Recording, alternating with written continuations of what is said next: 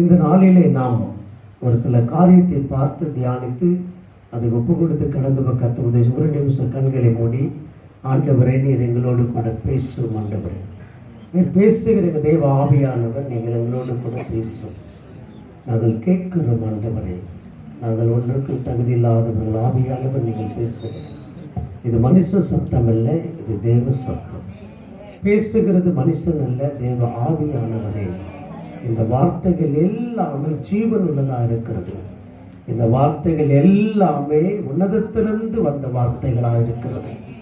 இந்த வார்த்தைகளை ஆண்டவரை நாங்கள் கவனமாக கேட்டு இந்த வார்த்தையின்படி நாங்கள் உள்வாங்கி அந்த வார்த்தையின்படி ஜீவிக்கப்படும் போது எங்களை நீ உன்னதத்திலிருந்து சகல ஆசீர்வாதத்தை நாங்கள் ஆசீர்வதிக்கிறவராக இருக்கிறது. இந்த வார்த்தையின்படி எங்களை விடுதலாக்கிறவராக இருக்கிறேன். இந்த வார்த்தையின்படி எங்களை மன்னிக்கிறவராக இருக்கிறேன். இந்த வார்த்தையின்படி எங்களுடைய சுபாவங்களை குணாதிசயங்களை மாற்றுகிறவராக இருக்கிறேன்.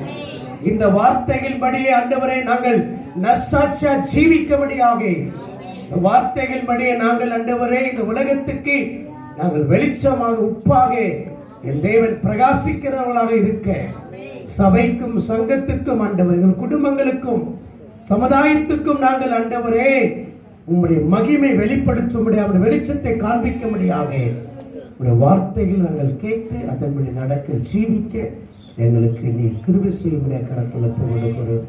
அந்த எல்லா தெய்வ பிள்ளைகளுக்காக ஊழியக்காரர்களுக்கு அந்த சபைக்காரர்கள் சபை நடத்துகிற ஊழியக்காரர் எல்லாரும் கரத்தில் போகிற ஆசீர்வதித்து பாதுகாத்துக்கணும். இயேசு கிறிஸ்து நாமத்தில் பிதாவே.